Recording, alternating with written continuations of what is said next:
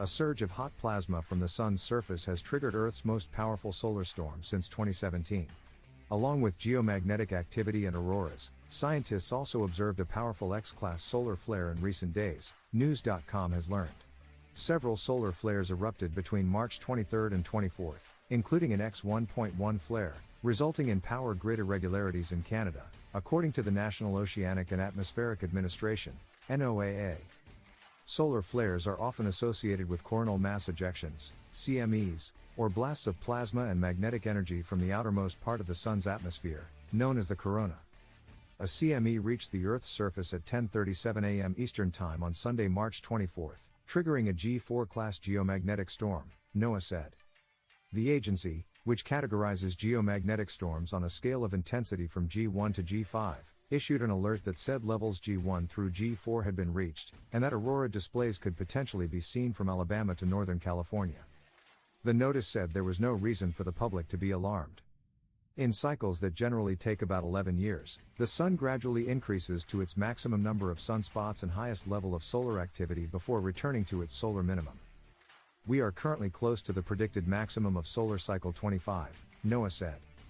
Near solar maximum, geomagnetic storms like those seen on Sunday can occur on Earth a few times a year, the agency added. At the end of December 2023, as news.com reported, the biggest solar flare since 2017, an X5, disrupted radio communications. Experts from NOAA's Space Weather Prediction Center expect the solar activity during solar cycle 25 to increase more quickly and peak at a higher level than an expert panel previously predicted. The revised forecast places the solar cycle's peak between January and October of this year, with a maximum of 137 to 173 sunspots. Solar flares can impact radio communications, electric power grids and GPS navigation signals. They also pose risks to spacecraft and astronauts, particularly on spacewalks. Outside of the Earth's protective atmosphere, the extra associated radiation they are exposed to may cause radiation poisoning or other harmful health effects, NOAA said.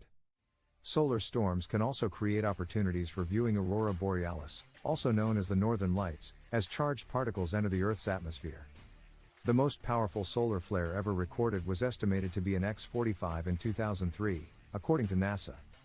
A powerful X-class flare like that can create long-lasting radiation storms, which can harm satellites and even give airline passengers, flying near the poles, small radiation doses, the space agency said. X flares also have the potential to create global transmission problems and worldwide blackouts,